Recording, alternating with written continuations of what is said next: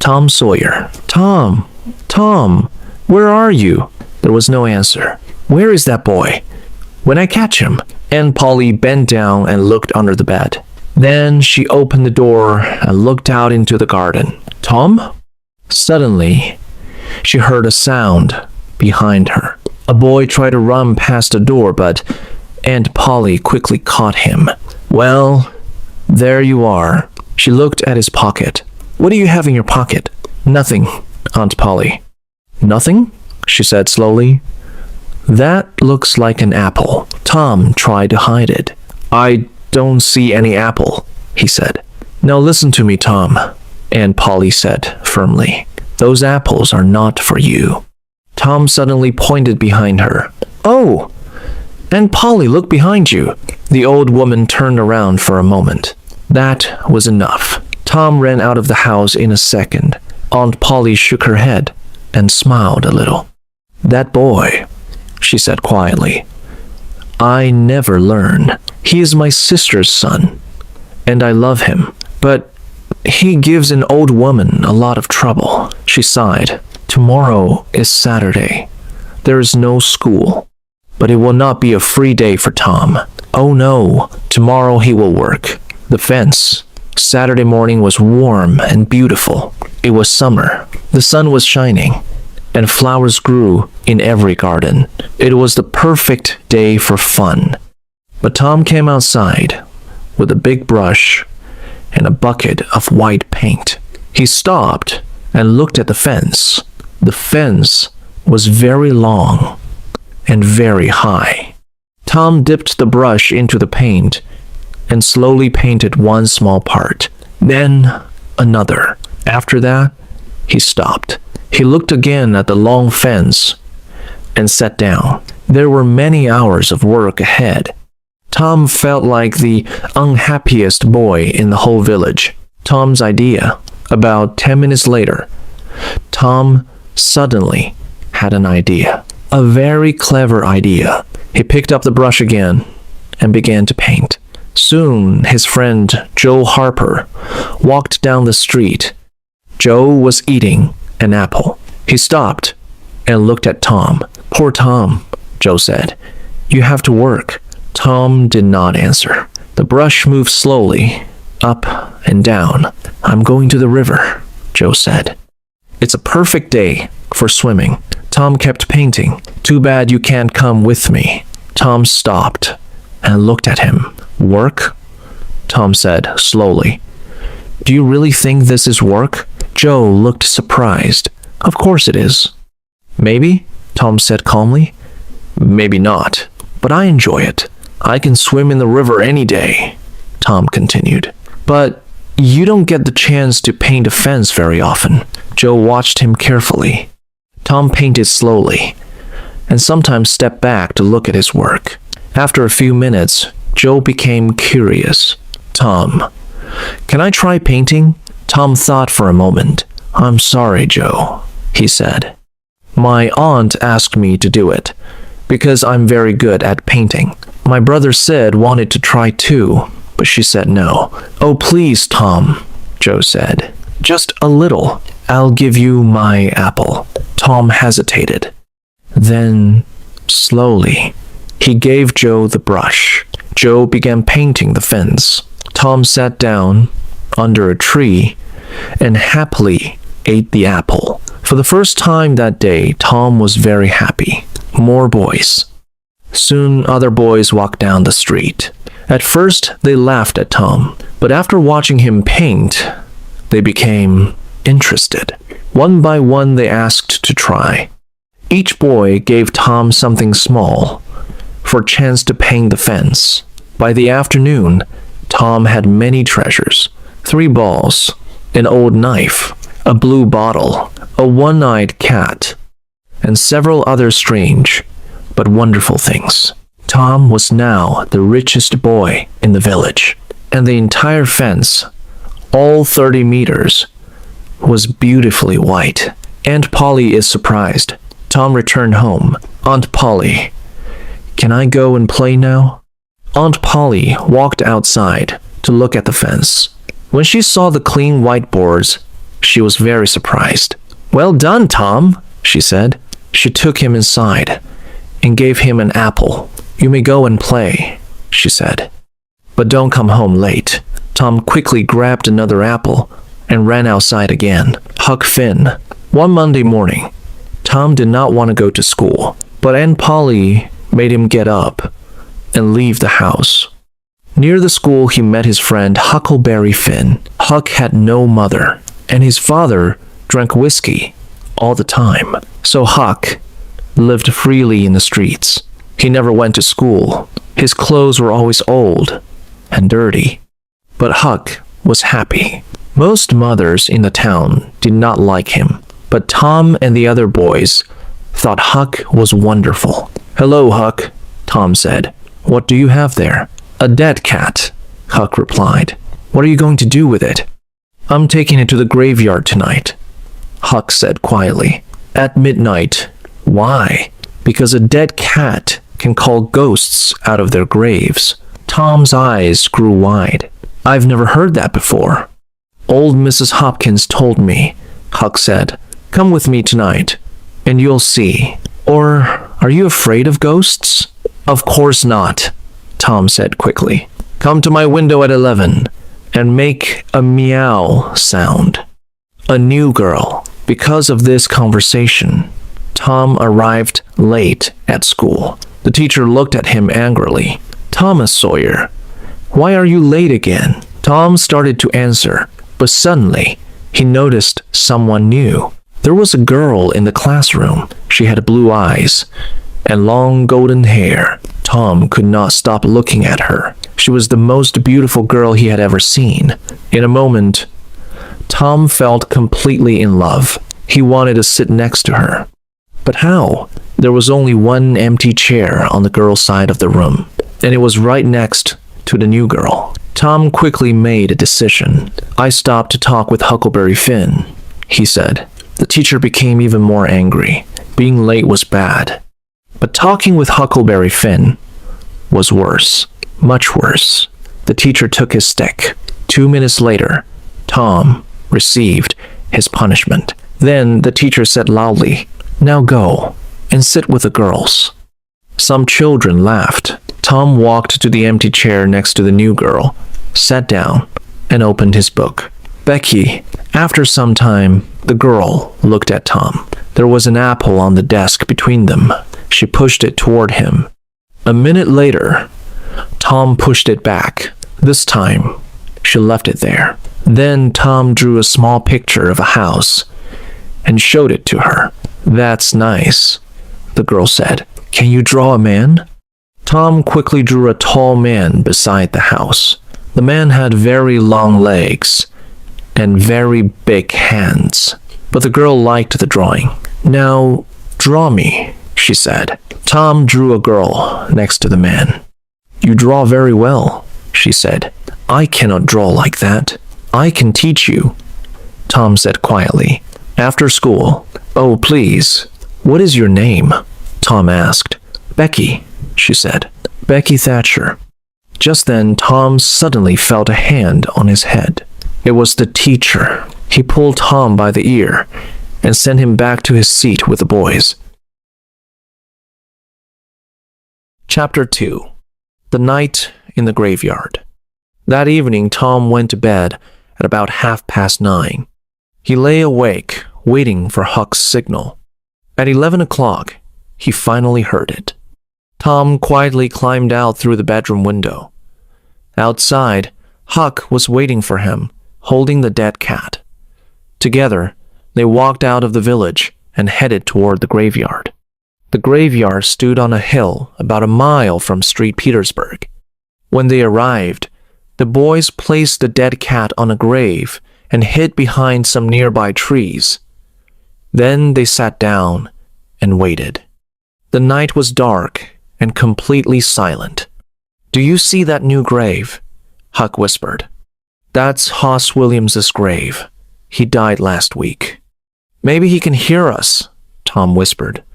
"Do you think so?" Huck asked. "I'm not sure, but..." Suddenly Tom stopped. "Huck, what's that?" I see something, he whispered. Huck moved closer. Ghosts, he said quietly. 3 of them, and they're coming this way. Tom, let's go home, Huck said nervously. They can't see us, Tom whispered. Ghosts can see through trees, Huck replied unhappily. They can see through anything. The figures moved slowly across the graveyard, coming closer to the trees where the boys were hiding. Tom and Huck watched in terror. After a moment, Huck whispered again. Tom, those aren't ghosts. That's Muff Potter. You're right, Tom said. And that's Injun Joe. The 3rd man is Dr. Robinson. What are they doing here? Tom asked. They're robbing a grave, Huck said quietly. My father once told me about that. The doctor wants the dead body. He cuts it open to study it. Shh, Tom whispered. They are getting closer. The 3 men stopped at Hoss Williams's grave. Muff Potter and Injun Joe began digging. About 10 minutes later, the grave was open. Now, doctor, Muff Potter said, do you want us to carry the body to your house? That will cost $5 more. No, the doctor answered firmly. I already paid you this morning. I'm not giving you any more money. Injun Joe stepped forward angrily. You listen to me, doctor. I want that money. Do you remember something from 5 years ago? I came to your house hungry and asked for food. You gave me nothing. His voice grew harder. So now you will give me that money. He grabbed the doctor's arm. The doctor suddenly struck him, knocking him to the ground. Don't hit my friend, shouted Muff Potter. He jumped at the doctor, and the 2 men began to fight. Everything happened very quickly. Injun Joe got back on his feet. Now he was holding Muff Potter's knife. He moved quietly behind the doctor. At that moment, the doctor struck Muff Potter on the head with a heavy board. Muff fell to the ground. At the same instant, Injun Joe stabbed the doctor in the back. The doctor collapsed on top of Muff Potter and lay completely still. Tom and Huck could not watch any longer. They quietly slipped away from the trees and then ran as fast as they could back to the village. Injun Joe stood beside Hoss Williams's grave, looking at the 2 men on the ground. Then he placed the knife in Muff Potter's hand and sat down nearby. Several minutes passed. Muff Potter slowly moved and opened his eyes. What happened, Joe? He asked weakly. This is bad, Muff, Joe said calmly. Why did you kill him? Muff looked at the doctor's body and then at the knife in his own hand. Me? Did I do that?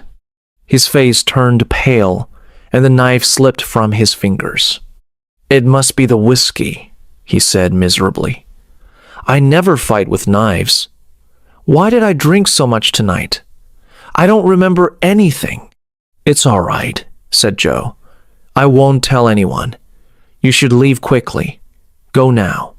Muff Potter stood up and ran away. Joe watched him for a moment. Then he carefully placed the knife near the doctor's body and left the graveyard as well. The next day, the sheriff's men discovered the doctor's body in the graveyard. Near it, they found Muff Potter's knife. That night, Muff Potter returned to the graveyard to look for the knife. But the sheriff's men were waiting for him. They arrested him and took him to the small jail in Street Petersburg. For 4 weeks, Muff Potter stayed there, waiting for his trial. Tom and Huck could not forget what they had seen that night. They were frightened and very unhappy. What are we going to do? Tom said. Muff Potter didn't kill the doctor. Injun Joe did. We saw it. I know, Huck replied. But what can we do? We can't tell anyone. Why not? Because I'm afraid of Injun Joe, Huck said quietly. He's dangerous. He's a killer. Do you want a knife in your back? Tom thought for a moment. Yes, I'm afraid of him too, he said. I feel sorry for Muff Potter. But you're right, Huck. We can't tell anyone about Injun Joe. Chapter 3. Adventure on Jackson's Island. Summer arrived, and school closed for the holidays. Tom should have been happy, but he wasn't. He tried not to think about Muff Potter and Injun Joe. Still, the memory stayed in his mind. At night, when the lights were out, Tom often imagined Injun Joe's face in the darkness. Because of this, he slept badly, but he could not speak about it to anyone. One very hot afternoon, Tom sat beside the Mississippi River with his friend Joe Harper. They watched the boats passing on the water. Sometimes they fished. Sometimes they just talked. Suddenly, Tom sat up. I want to leave this place, he said. Joe looked surprised. Leave? What do you mean? I mean, something exciting, Tom said. Let's run away.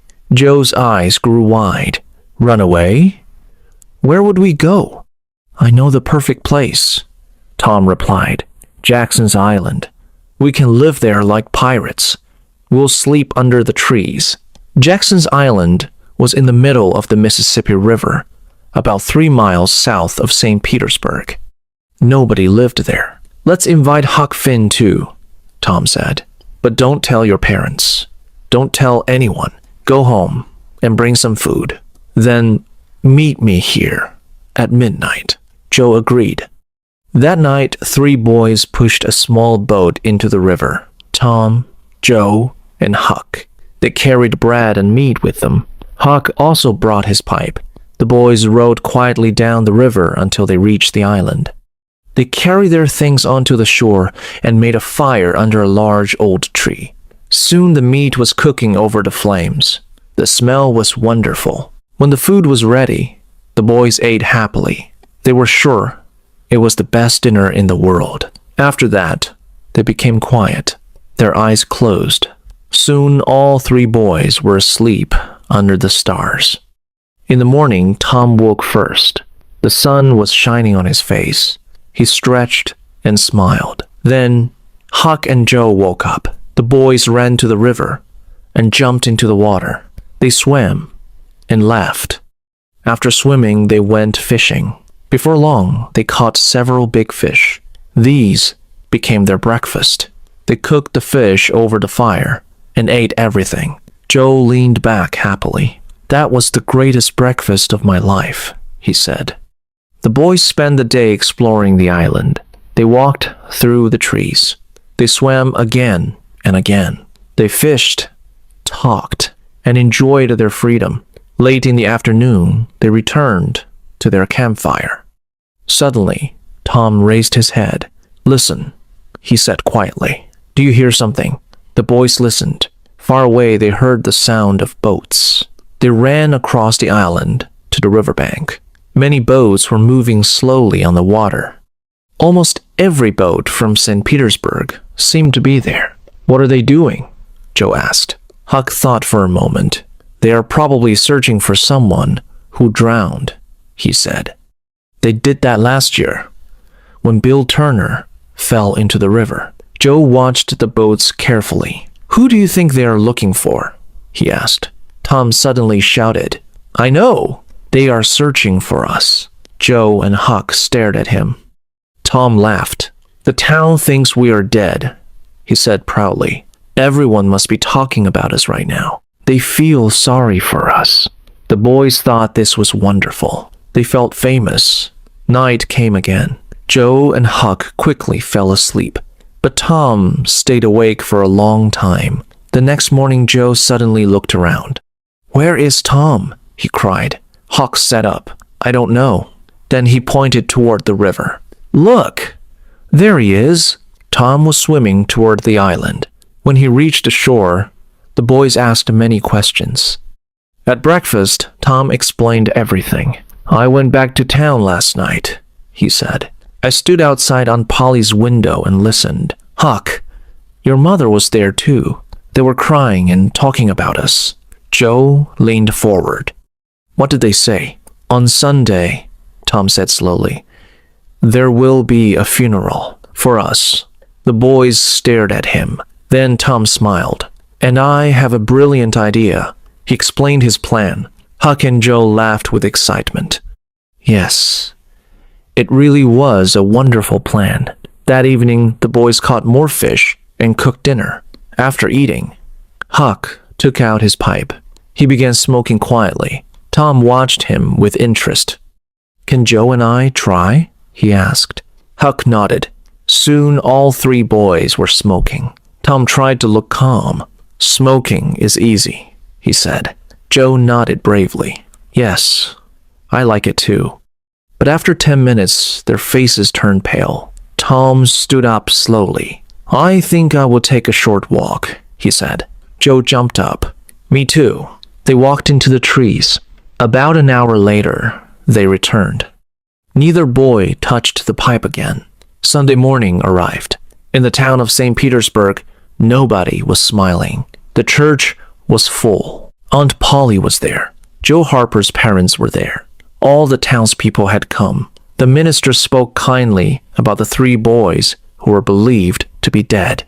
Many people were crying. Even Becky Thatcher could not stop crying.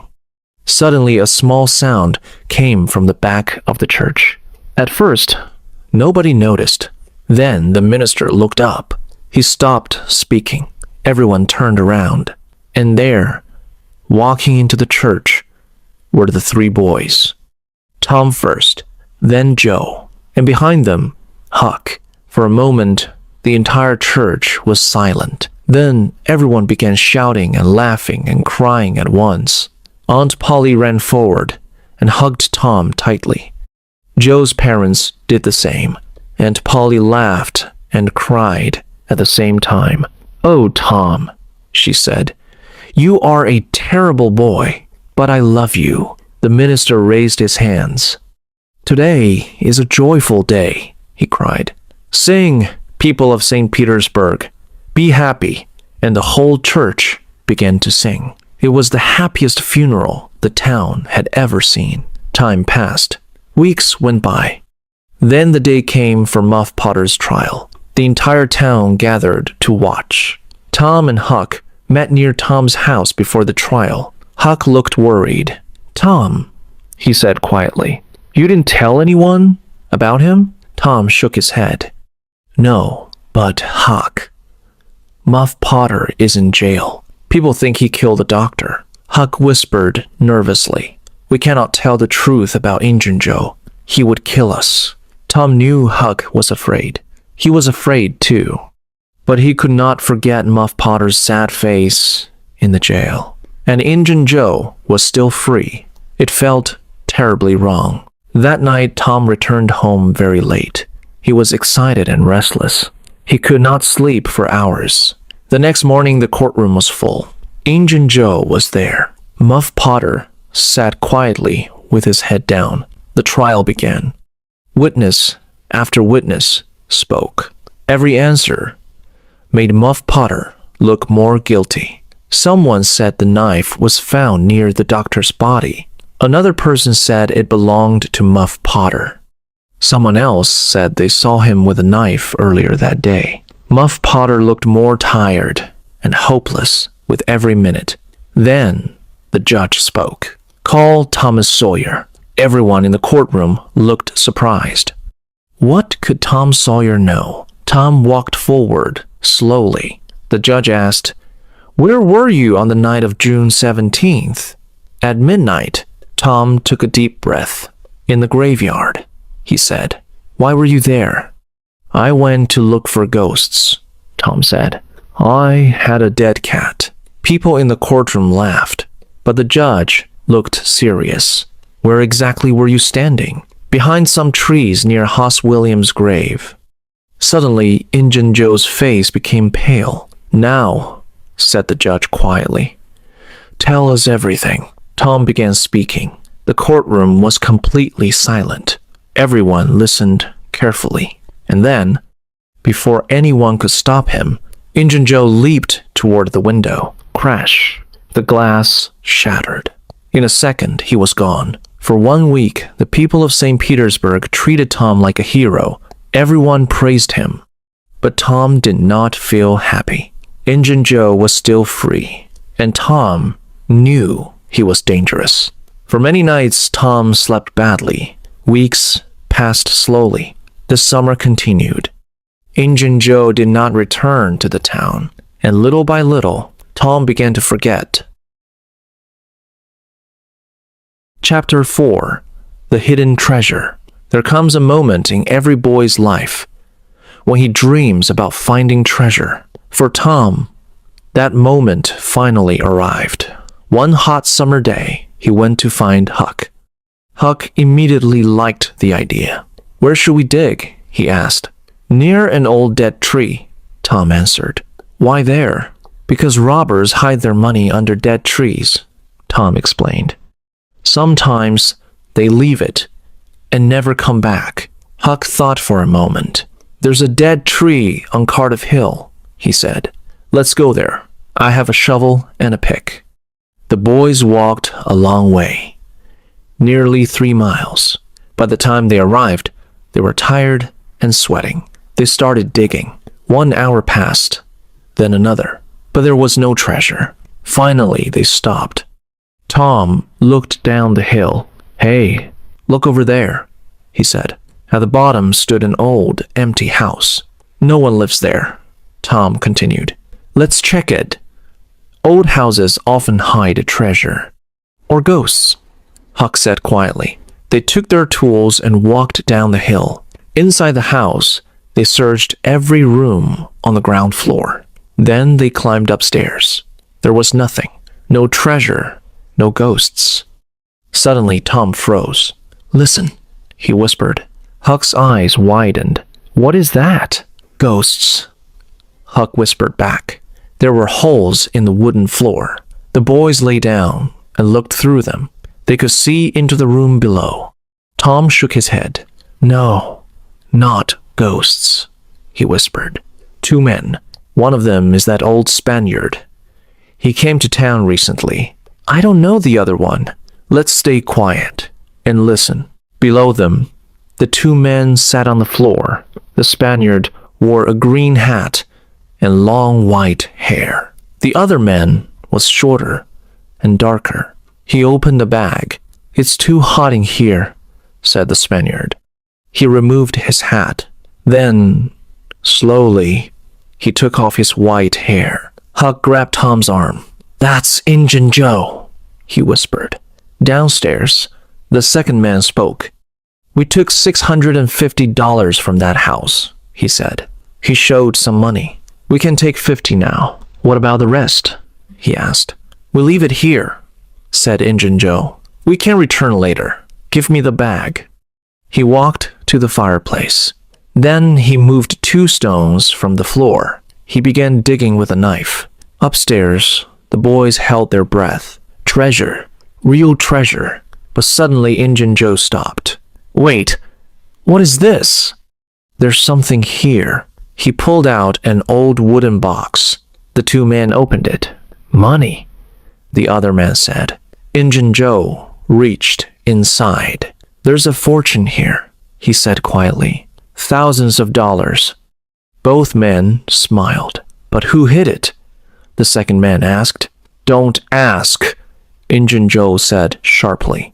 "It belongs to us now. We can't carry it all today," the man said. "Should we hide it again under the floor?" "Yes," said Injun Joe. Upstairs, the boys felt happy again. Then, "No," said Injun Joe suddenly. The boys' hearts dropped. "We'll hide it under the cross," he said. "No one goes there. We'll take it there tonight." That evening, the men carried the treasure away. The boys did not follow. They were too afraid of Injun Joe. But now they had one question. Where was the cross? For many days, they thought about it. They watched Injun Joe carefully. But they saw nothing. No cross. No treasure. Chapter 5. The Cave. The next Saturday was Becky Thatcher's birthday. She was very excited. "It will be a wonderful day," she told Tom. "We'll have a picnic by the river. And later, We can visit McDougal's cave. In the morning, a large boat took Becky, Tom, and their friends down the river. Some older children were with them too, but no parents came.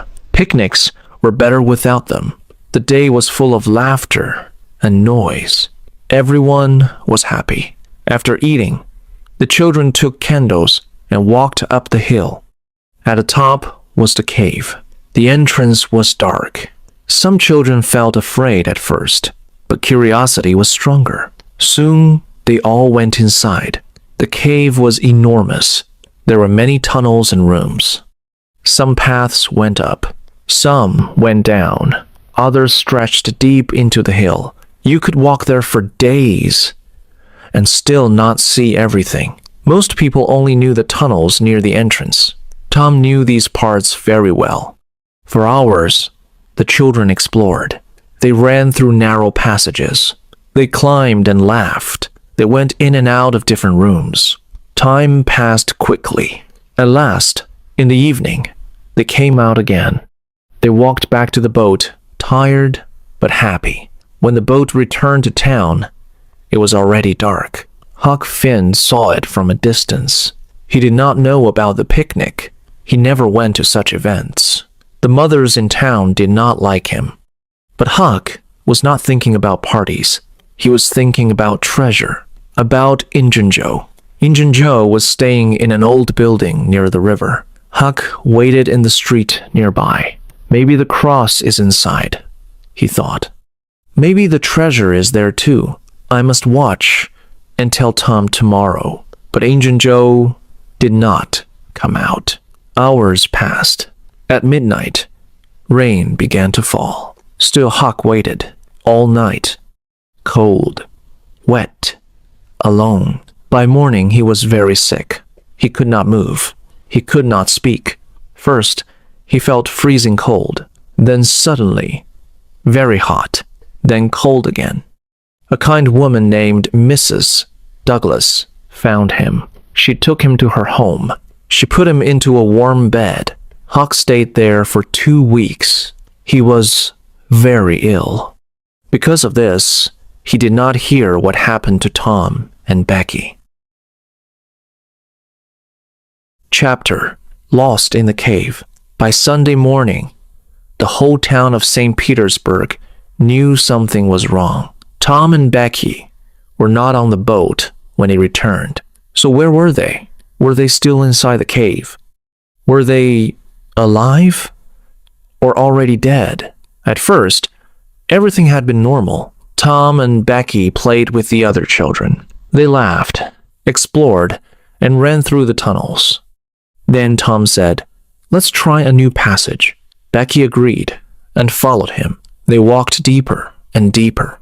One tunnel, then another, then a third. As they went, Tom marked the walls with candle smoke. He wanted to remember the way back. After some time, they entered a huge chamber. It was full of bats, hundreds of them. The light woke the bats, and suddenly they flew everywhere. Tom grabbed Becky's hand.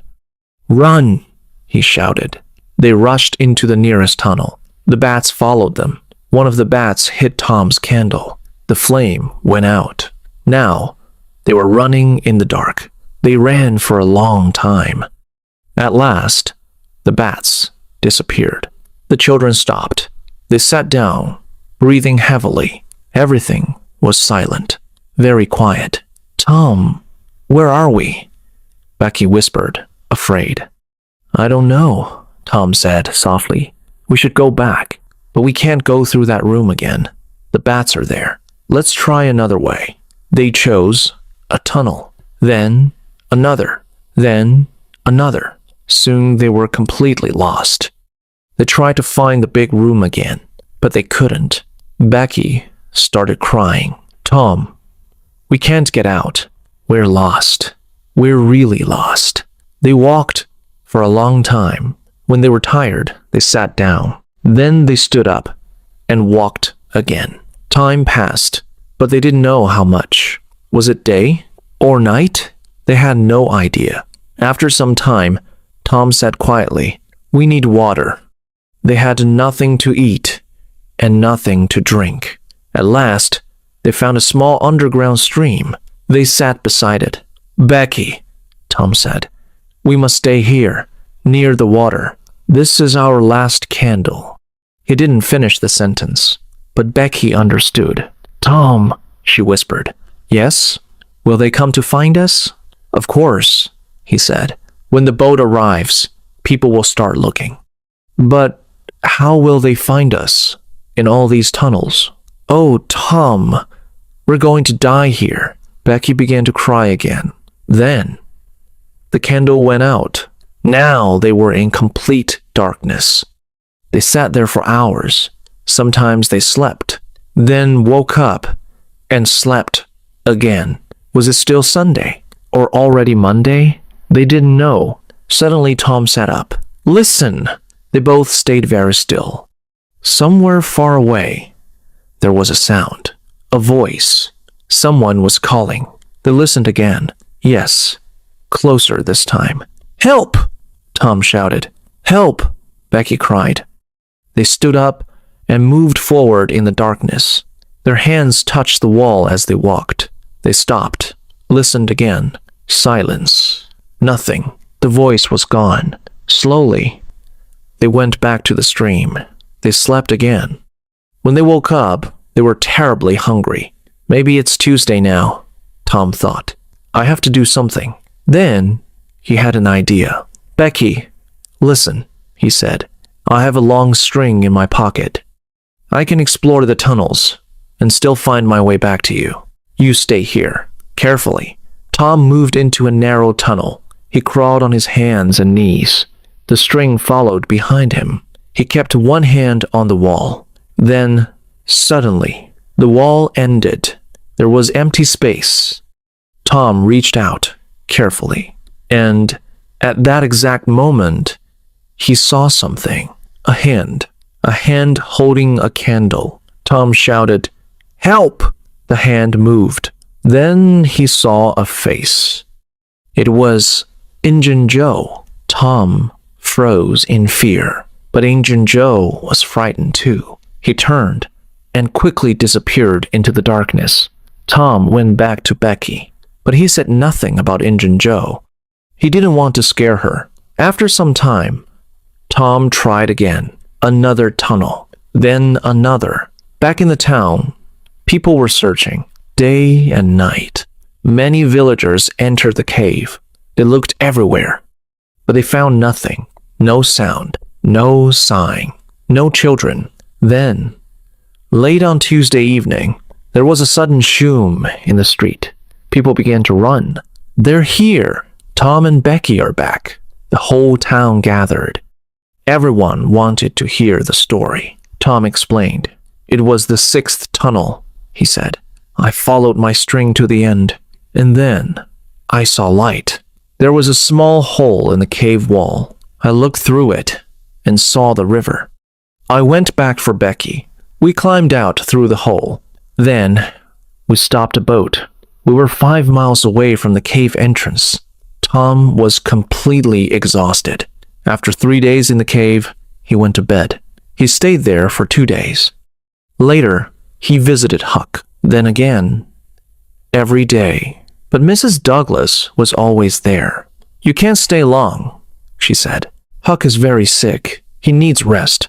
So Tom could not tell him everything. He could not talk about Injun Joe. About 2 weeks later, Tom was at Becky's house. Her father came into the room. "Well, Tom," he said, smiling, "would you like to visit the cave again someday?" "I'm not afraid," Tom answered. Mr. Thatcher laughed. "There are many boys like you," he said, "but no one will enter that cave again. We have closed it. There are strong iron doors now. No one can open them." Tom's face suddenly turned pale. "What?" he whispered. "Mr. Thatcher, Injun Joe is still inside that cave." An hour later, a group of men ran to the cave. They opened the doors. Inside, they found him. Injun Joe was lying on the ground, dead. His face was turned toward the door, and in his hand, he still held a knife. Chapter 6. Beneath the Cross. The day after Injun-Joe's funeral, Huck was already up and outside. He met Tom, and the two boys slowly walked away from the village. As they walked, they talked for a long time. Tom told Huck everything about the picnic, the cave, and what had happened to Injun Joe. "We'll never find the treasure now," Huck said sadly. "Huck," Tom replied, "the money isn't in Street Petersburg. It's still in the cave. I'm sure of it."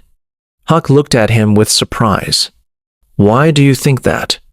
"Because Injun Joe was hiding there," Tom explained. "He must have taken the box into the cave." Huck's eyes lit up. "Say that again, Tom." "The treasure is in the cave," Tom said. "And we can reach it." "Then let's go now," Huck said. "I've got candles and a long piece of string," Tom added. "We'll take a boat and return it later." About 20 minutes later, the boys were on the Mississippi River in a small boat. They traveled several miles downstream before Tom told Huck to stop near a group of small trees. "This is the place," Tom said. Behind the trees was a small, hidden opening. Tom lit a candle and climbed inside. Huck followed him. "Injun Joe never discovered this entrance," Tom said. "Or maybe he did, but it was too narrow for him." The boys carefully moved through the tunnels, using the string so they wouldn't get lost. After some time, Tom stopped. "I saw Injun Joe somewhere near here," he said. "Look, Huck, there's the cross." On the wall of the tunnel, there was a large mark made with smoke in the shape of a cross. They searched the area, looking everywhere. But there was no treasure box. "He said it was under the cross," Tom said. "Maybe it's buried." "Look, we can move these stones." The boys took their knives and began digging near the wall. Soon they discovered a small hidden passage beneath the rocks. They climbed down and entered a tiny secret room. Inside, they found an old bed, 2 empty whiskey bottles, some worn-out shoes, and the treasure box. When someone finds treasure, the news spreads very quickly. Tom and Huck carried the heavy box back toward the village. By the time they reached Aunt Polly's house, many people were already following them. Soon, almost half the town was inside the house. "Oh, Tom!" Aunt Polly cried. "What is it this time? What have you brought?" Tom placed the box on the table and opened it. Inside was a large amount of money, $12,000. And from that moment on, Tom Sawyer and Huckleberry Finn became the richest boys in Street Petersburg. Подпишись, пожалуйста, или хотя бы поставь лайк. Один лайк не меняет мир, но меняет путь того, кто делится смыслом.